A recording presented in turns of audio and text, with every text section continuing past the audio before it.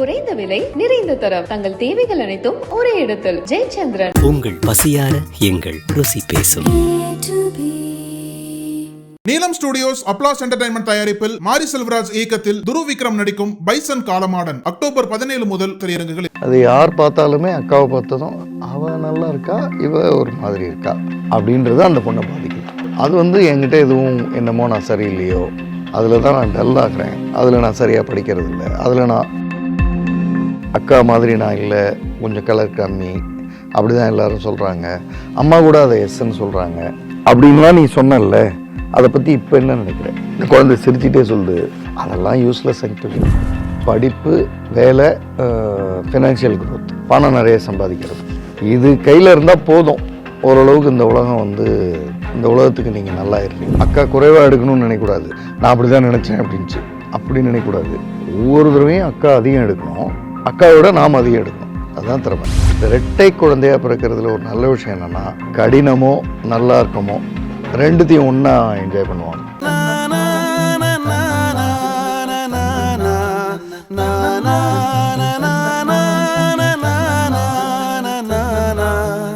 நக்கீரன் நேயர்களுக்கு வணக்கம்.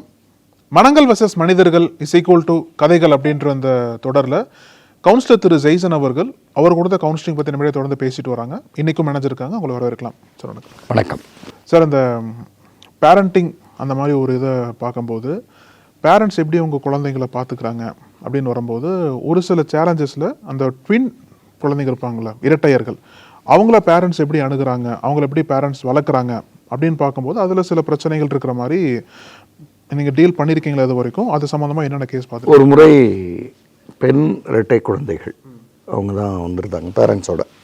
இந்த ரெண்டு பெண், அதாவது முதல்ல அந்த மைக்ரோ செகண்ட்ஸ் தானே வித்தியாசம் இருக்கும் பிறக்கிறப்ப. ஸோ இவங்க பெரியவங்க, இவங்க சின்னவங்க அப்படி தான் அவங்க சொல்லுவாங்க, இரட்டை குழந்தையாக இருந்தாலும். ஸோ இவங்க பெரியவங்க நல்லா படிக்கிறாங்க, சின்னவங்க கொஞ்சம் தடுமாறுறாங்க, என்னன்னு தெரியல, கொஞ்சம் பேசுனீங்கன்னா பரவாயில்ல அப்படின்னு. குழந்தைகிட்ட பேசினா இந்த இரட்டை குழந்தைகள் அப்பியரன்ஸ் ஒரே மாதிரி இருக்கும். நான் சமயத்தில் இந்த ஸ்கின் கலர் கொஞ்சம் வித்தியாசப்படும். ஒரு குழந்தை கொஞ்சம் அதை என்ன சொல்லலாம், பிரைட்டாகவும், ஒரு குழந்தை கொஞ்சம் டார்க் காம்ப்ளெக்ஸ்லையும் இருக்கலாம். அப்படி இருக்கிறதுனால வர்றவங்களும் சமயத்தில் பெற்றோரும் இவ நல்லா இருக்கா, அவள் கொஞ்சம் ஒரு மாதிரியாக தான் இருப்பாள் அப்படின்னு தான் பேசுகிறாங்க ரெகுலராக. அப்படின்றது அந்த பொண்ணை பாதிக்குது அப்படின்னு அந்த பொண்ணு சொல்லுது. நான் படிக்கிறேன், எல்லாம் எழுதுகிறேன், ஆனால் மைண்டில் இது ஓடிக்கிட்டே இருக்குது. இந்த மாதிரி 13 வயசு டீனேஜ். ஸோ அந்த எனக்கான ஒரு இதுன்றது அது யார் பார்த்தாலுமே அக்காவை பார்த்ததும் அவள் நல்லா இருக்கா, இவ ஒரு மாதிரி இருக்கா அப்படி தான் பொது ஆட்களும் ஆரம்பிப்பாங்க. அம்மாவும் அதை அக்னாலேஜ் பண்ணுவாங்க, அவள் நல்லா இருப்பாங்க, இவ கொஞ்சம் ஒரு மாதிரியாக தாங்க இருப்பா அப்படின்னு. யாருமே அதெல்லாம் கிடையாது, ரெண்டு பேரும் ஒன்று தான் சொல்லவே மாட்டாங்க, ஏதோ ஒரு குறை.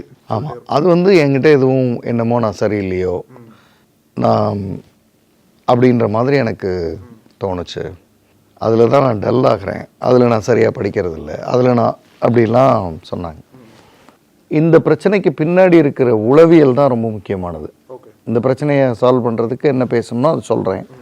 ஆனால் அதுக்கு முன்னாடி இப்போ எந்த குழந்தையும் நல்ல குழந்தை தான் மண்ணில் பிறக்கையிலே, அது நல்லவராவதும் தீயவராவதும் அன்னை வளர்ப்பினிலே. தந்தை வளர்ப்பினேன்னு சொல்ல அது வரவே வராது. தந்தை தான் அவரே முதல்ல அவர் சரியாகணுமே.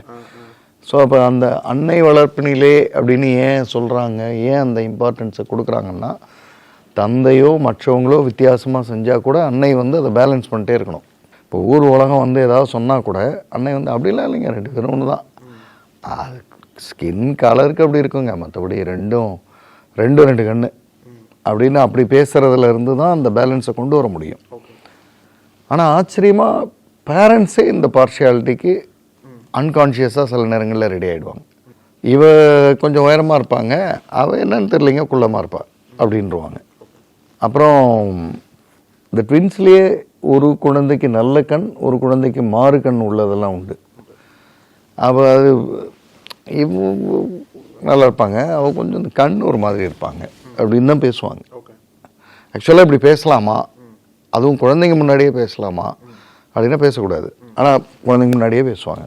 இதுதான் பிரச்சனையாகி அந்த 2வது குழந்தை வந்து அதை நான் தான் சரியில்லையே அப்படின்ற அந்த மொழியில் தான் அது பேசுது. இப்போ நான் கவுன்சிலிங் ஆரம்பிக்குது. நான் அந்த பொண்ணுகிட்ட கேட்டேன், அக்கா வந்து எதில் பெஸ்ட்? அக்கா வந்து ஸ்டடியில் பெஸ்ட். என்ன மார்க் எடுப்பாங்க? 90+ எடுத்துருவாங்க. நீங்கள் எவ்வளோ எடுப்பீங்க? நான் 60-70 தான் எடுப்பேன். சரி, இப்போ ஊர் உலகம் வந்து அக்கா எக்ஸலண்ட், இவ ஒரு மாதிரி. அதே தான் அம்மாவும் தெரியாமலோ தெரிஞ்சோ அக்னாலேஜ் பண்ணிடுறாங்க. அம்மா ஒரு மாதிரியாக தாங்க இருப்பா அப்படி. இப்போ அக்காவை பீட் பண்ணணும்னா நமக்கு 2 வழி இருக்குது. ஒன்று, நம்ம நல்ல கலர் ஆகிடணும். முடியுமா? முடியாது. ஏன்? ஏன்னா அது நம்ம கையில் இல்லை. ரைட், சரி. அப்போ 2வது வழி, நம்ம கையில் இருக்கிற வழி என்ன? கொஞ்சம் நேரம் யோசிச்சது, நான் நல்லா படித்து அவங்களோட அதிகமாக மார்க் எடுக்கணும். சரி, அது முடியுமா? அது கையில் இருக்கா? இல்லை அது என் கையில் தான் இருக்கு.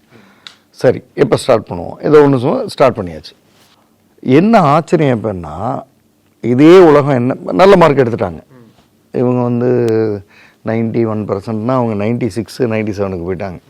ஏன்னா அக்காவை ஒன்றுமே பண்ண முடியாதுன்ற மனநிலையிலேருந்து அக்காவை நான் என்னமோ பண்ண முடியுன்ற மனநிலையினால அது படித்த படிப்பு நைட்டெல்லாம் படித்து என்னமோ தெரில, என்ன சொன்னீங்கன்னு தெரில, அப்படியே இந்த எக்ஸாம் மார்க் வந்து சூப்பராக எடுக்கணும்னு அப்படிலாம் சொன்னாங்க. ஆக்சுவலாக மார்க்குன்றது ஒரு அளவீடு தான், அதுவே வாழ்க்கை இல்லை. அதை அந்த பெண்ணுக்கு லேட்டராக நான் உணர்த்துறதையும் செஞ்சாச்சு. இப்போது அக்கா வந்து அக்காவுக்கு இப்போ தெரியுது போட்டி வந்துருச்சு, அக்காவும் நல்லா படிக்கிறாங்க, இவங்களும் நல்லா படிக்கிறாங்க. 1/2 மார்க் 1 மார்க் வித்தியாசம் முன்ன பின்ன இருப்பாங்க. ஆனால் 95க்கு மேலே அப்படின்ற லெவலுக்கு போயிட்டாங்க. இப்போ நான் அந்த பொண்ணுகிட்ட கேட்டேன், ஏமா உனக்கு அக்கா மாதிரி நான் இல்லை, கொஞ்சம் கலர் கம்மி அப்படி தான் எல்லாரும் சொல்கிறாங்க, அம்மா கூட அதை எஸ்ன்னு சொல்கிறாங்க அப்படின்லாம் நீ சொன்னல, அதை பற்றி இப்போ என்ன நினைக்கிற? இந்த குழந்தை சிரிச்சிட்டே சொல்லுது, அதெல்லாம் யூஸ்லெஸ் அங்கிள். அதாவது படிப்பு, வேலை, ஃபினான்ஷியல் க்ரோத், அதாவது பணம் நிறைய சம்பாதிக்கிறது, இது கையில் இருந்தால் போதும், ஓரளவுக்கு இந்த உலகம் வந்து இந்த உலகத்துக்கு நீங்கள் நல்லாயிடுறீங்க அல்லது நீங்கள் அழகாக தெரிவிங்க அப்படின்னு ஜாலியாக சொல்லுது. அப்போ நான் சிரிச்சிட்டு சொன்னேன், உத்தியோகம் புருஷ லட்சணம்னு சொல்கிற மாதிரி பெண்ணுக்கு வந்து கல்வி அப்படின்னு சொல்லலாம். ஆனால் நான் இன்னும் ஒரு ஸ்டெப் போய் திறமை வந்து பெண் லட்சணம், அது திறமைக்கு தான் போகணும், கல்வி வழியாக திறமைக்கு போய் ஆயிடணும், திறமைக்கு போயிட்டால் தான் சரி. அப்போது இந்த பெண்ணிட்ட நான் பேசும் பொழுது, அக்கா மார்க் குறைவாக எடுக்கக்கூடாது, நாம் அதிகமாக எடுக்கணுன்றதுக்காக அக்கா குறைவாக எடுக்கணும்னு நினைக்கக்கூடாது, நான் அப்படி தான் நினச்சேன் அப்படின்ச்சு, அப்படி நினைக்கக்கூடாது.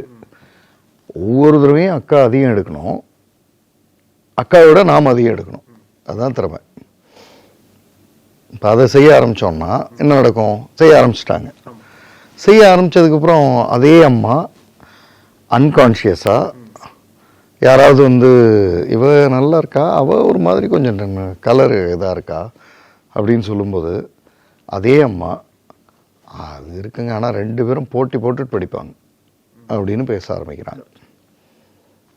2 பேரும் படிப்பில் வந்து நீங்கள் குறையே சொல்ல முடியாது அப்படின்ற இடத்துக்கு பேசுகிறாங்க. இப்போது போத் ஆர் ஹாப்பி. அப்போ நம்ம வந்து அப்பியரன்ஸில் செட்டில் ஆயிடுறோம், அல்லது நமக்கு பிடிச்ச மாதிரி குழந்தை இருந்தால் அது கரெக்டுன்னு நினச்சிட்றோம். ஆனால் ஆக்சுவலாக திறமை தான் கடைசியில் டிஃபைன் பண்ணும். நீங்கள் என்னவா வேணா இருக்கலாம், உங்கள்கிட்ட இருக்கிற திறமை என்ன அதுதான் டிஃபைன் பண்ணும் அப்படின்றத உணர்த்தினோடனே அவங்க சரியாயிட்டாங்க. சார், இப்போ வந்து 2 குழந்தைகள் என்பது வேற, இரட்டையர்கள் என்பது வேற. 2 குழந்தைகள் வந்து ஃபர்ஸ்ட் ஒரு குழந்தை பெற்றுக்கிறோம், அப்புறம் ஒரு நீண்ட இடைவெளிக்கு அப்புறம் இன்னொரு குழந்தை பெற்றுக்கிறோம். ஆனால் இரட்டையர்கள் என்பது ஒரே டைமில் 2 பேர் பிறக்கிறாங்க இல்லையா? ஸோ இந்த 2க்கும் வெவ்வேறு மனநிலை இருக்கும். ஸோ இந்த இரட்டையரை பெற்றெடுக்கக்கூடிய பெற்றோர்களுக்கு என்னென்ன மனநிலை ஏற்படும், அதை வந்து கரெக்டாக மேனேஜ் பண்ணணும் அப்படின்னா என்னென்ன சொல்வீங்க சார்? இரட்டை குழந்தைகளில் ஒரு நல்ல விஷயம் என்னென்னா, இப்போ 2 குழந்தை பிறக்கிறப்ப, பெரிய குழந்தை பிறக்கிறப்ப நம்ம கஷ்டப்பட்டுட்டு இருப்போம், 2வது குழந்தை பிறக்கிறப்ப நம்ம உண்மையிலேயே சௌரியமாக இருப்போம். பெரிய குழந்தை பிறக்கிறப்போ ஒரு சாதாரண வீட்டில் இருந்திருப்போம், 2வது குழந்தை பிறக்கிறப்போ சொந்த வீட்டில் இருப்போம். பெரிய குழந்தை பிறக்கிறப்போ கார் இருந்திருக்காது, 2வது குழந்தை பிறக்கிறப்போ கார் இருக்கும். இப்போ பெரிய குழந்தைக்கு ஒரு வருத்தம் வரும், எனக்கு எதுவுமே செய்யலையே, இந்த குழந்தைக்கு எடுத்ததுமே காரு எடுத்ததும் இப்போ ஏதாவது வேணுன்னா உடனே ஆர்டர் பண்ணுறீங்க, ஆனால் நான் கேட்டால் என்னை திட்டுவீங்க அப்படின்லாம் போயிட்டுருக்கோம். இந்த இரட்டை குழந்தையாக பிறக்கிறதுல ஒரு நல்ல விஷயம் என்னென்னா, கடினமோ நல்லா இருக்கமோ ரெண்டுத்தையும் ஒன்றா என்ஜாய் பண்ணுவாங்க. ஆனால் அதுலேயும் கம்பேர் பண்ணுறாங்களே சார், அதுதான் செய்யக்கூடாது. இது நல்ல விஷயம். ஆனால் பேரண்ட்ஸுக்கிட்ட ஒரு சிக்கல் எங்கே வரும் அப்படின்னா, இந்த 2 குழந்தைகளை பார்க்கும்போது எங்கே வித்தியாசப்படுறாங்கன்னு பார்ப்பாங்க. முதல்ல அவங்களே புரிஞ்சுக்கிறதுக்காக இது வேற இது வேற அப்படின்னு புரியறதுக்கு அந்த வித்தியாசத்தை பார்க்க ஆரம்பிப்பாங்க. மெதுவாக அவங்க தான் அதை சொல்ல ஆரம்பிப்பாங்க. இவன் நல்லா பாடுவாங்க, அவள் பாடமாட்டா அப்படின்வாங்க. அவள் பாடமாட்டான்னு சொல்கிறதுக்கும் அவள் இப்போ பாடமாட்டான்னு சொல்கிறதுக்கும் ஏகப்பட்ட வித்தியாசம் இருக்குது. ஆனால் இவங்க பிராண்டே பண்ணிவிடுவாங்க, அவள் பாடமாட்டா இவன் நல்லா பாடுவான்னு. அந்த அவள் பாடுவா இவள் பாடமாட்டான்னு சொல்கிறதே இவங்க பிரித்து உணர்றதுக்கு. இவங்க அப்பா அம்மாவுக்கு புரியாது, 2 பேரையும் பார்த்தா ஒரே மாதிரி இருக்குன்னுவாங்க. அப்போ அவள் பாருங்கள், இவள் கை கொஞ்சம் நீளமாக இருக்கும், அவ்வளவு கொஞ்சம் பாருங்கள் கம்மியாக இருக்கும், அப்படிலாம் பேசிடுவாங்க. இப்போது நம்ம இந்த குழந்தைகளை பிரித்து உணர்றதுக்காக சில வித்தியாசங்களை பேசணும்னு நினச்சா அதை நம்ம தனியாக பேசணும், அவங்க முன்னாடியே பேச வேண்டியதில்லை. ஒன்று. அப்புறம் அந்த வித்தியாசங்களை வச்சு அவங்கள உணர்றதை விட 2ம் ஒன்று தான் அப்படின்னு சொல்கிறது தான் பெஸ்ட்டு தீர்வு. 2ம் ஒரே மாதிரி தான். 2 ஒர்க்கிங் ஸ்டைல் வேணால் வேறு வேறு இருக்கலாம், பட் 2 குழந்தையும் குழந்தை தான், எனக்கு ஒரே குழந்தை தான் அப்படின்னு பேசுகிறது தான் ப்ராப்பரான தீர்வாக இருக்க முடியும். நீங்கள் யோசிச்சு பாருங்களேன், எல்லாமே 2 வாங்கணும் அவங்க. நான் இப்போ ஒரு உதாரணத்துக்கு, பெரிய பொண்ணு காலேஜில் இருக்கும்போது எனக்கு ஒரு கார் வேணும்னு கேட்குதுன்னு வைங்களேன். ஸோ அப்பா உடனே 2 கார்னு தான் யோசிக்கணும். ஆமாம். ஆனால் ஒரு குழந்தை இன்னொரு குழந்தை இருக்கிறப்ப இந்த பிரச்சனை இல்லை. இதில் ஷூ வாங்கணுமா 2, ட்ரெஸ் வாங்கணுமா 2, அவங்களுக்கு ட்ரெஸ்ஸு தேவைப்பட்டுச்சு அதனால் வாங்குகிறோன்னு சொல்ல முடியாது. அவங்களுக்கு வாங்கும்போதே இவங்களுக்கும் வாங்கிடணும் அப்படின்றது ஒரு சேலஞ்சாக இருக்கும். மேபி குழந்தைங்களுக்கு புரிய வைக்கலாம், அதாவது நம்ம பொருள் வாங்குறது தேவைக்கு தானே தவிர உங்கள் 2 பேருக்கும் ஒரே நேரத்தில் வாங்கணுன்னெலாம் வாங்கலை அப்படின்னு புரிய வச்சா கொஞ்சம் ஈஸியாக இருக்கும். அதையும் தாண்டி இந்த பார்ஷியாலிட்டி வர்றதுக்கு என்ன காரணமாக இருக்கும் சார்? பிடிச்சது பிடிக்காது, நமக்கு மனசில் பிடிச்சது ஒன்று பிடிக்காதது ஒன்றுன்னு இருக்கிற வரை இந்த பார்ஷியாலிட்டி வந்துட்டு தான் இருக்கும். ரோட்டில் போகிறோம், 100 கார் போகுது, 2 காரை பார்த்தா மட்டும் நம்ம சிரிக்கிறோம், ஏன்னா நமக்கு பிடிச்சிருக்கும். மீது 98 காரை மைண்ட் ரிஜெக்ட் பண்ணும். இது மனிதர்கள்ட்ட நடக்கும், சம்பவங்களில் நடக்கும், ட்ரெஸ்ஸில் நடக்கும், ஷூவில் நடக்கும். நம்ம நினைக்கிற மாதிரி ஷூவை போட்டுட்டு ஒருத்தர் நடந்தார்னா அவரை நமக்கு பிடிக்கும். ஆனால் வேறு என்னென்னமோலாம் போட்டிருக்கிறத நம்ம மைண்டு பார்க்கக்கூட, அதாவது விசிபிள் பிளைண்ட்னஸ்ன்னு வேணாம், அதாவது கண்ணில் தெரியும் ஆனால் பிளைண்டாக வச்சுருப்போம், பார்க்க மாட்டோம். அதை வேறு மாதிரி சொல்லுவாங்க. அது இப்போ நீங்கள் ப்ளூ கலரில் ஒரு கார் வாங்கினீங்க அப்படின்னா மறுநாள் காலையில் ரோட்டில் ப்ளூ கலர் கார் மட்டும் உங்கள் கண்ணில் தெரியும், மீதி எல்லாமே பிளர்டாவோ பிளைண்டாவோ ஆகிடும். அது மாதிரி இவங்களுக்கு இந்த பொண்ணுக்கிட்ட பிடிச்சது மட்டும் கண்ணில் தெரியும், மீதி எல்லாம் பிளர் ஆகிடும். அந்த பொண்ணுக்கிட்ட பிடிச்சது தெரியும், பிளர் ஆகிடும். இது 2த்துக்கும் கம்பேர் பண்ணிட்டே இருப்பாங்க. இதுக்கு பதிலாக குழந்தைங்கன்னா அப்படி தாங்க, ஒன்று நல்லாயிருக்கும், ஒன்று பாடும், ஒன்று சிரிக்கும். இவன் நல்லா பாடுறானா அவன் நல்லா வரைவா, இவன் பேசவே மாட்டானா அவன் நல்லா பேசுவா.